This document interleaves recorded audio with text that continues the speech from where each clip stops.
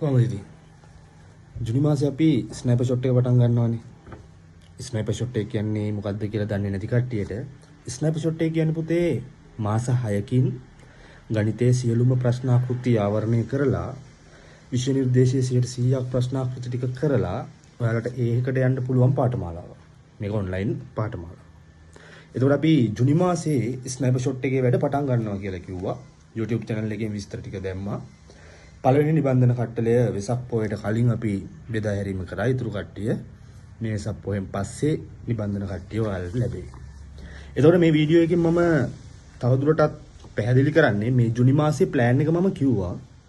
ඒ plan එක හරහා මෙන්න මේ නිබන්ධන ටික ඔයාලට ලැබෙනවා කියන පණිවිඩය දෙන්න.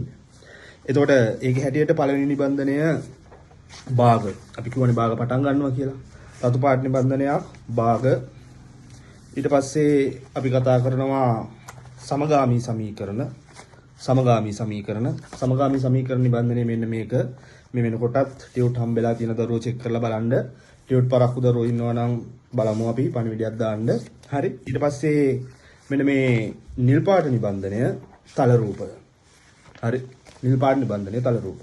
එතකොට මේ මාසය තුල ඔයාලට මෙන්න මේ නිබන්ධන 3 ලැබෙනවා. ඊට අමතරව මම කියපු අපේ පුරුදු ඩයිරිය. හරි. ඩයිරියේ වැඩපිළිවෙල පන්තිය හරහා මම ඔයාලට දැනුවත් කරන්නම්. හරි. මෙන්න මේ ස්ටඩි ප්ලෑන් එක තියෙන ඩයිරිය. ඊට අමතරව ඔයාලගේ වීක් ප්ලෑන් කොළ 2. හරි. ඊට අමතරව දෙවනි වාර විභාගය ළඟ එනවනේ.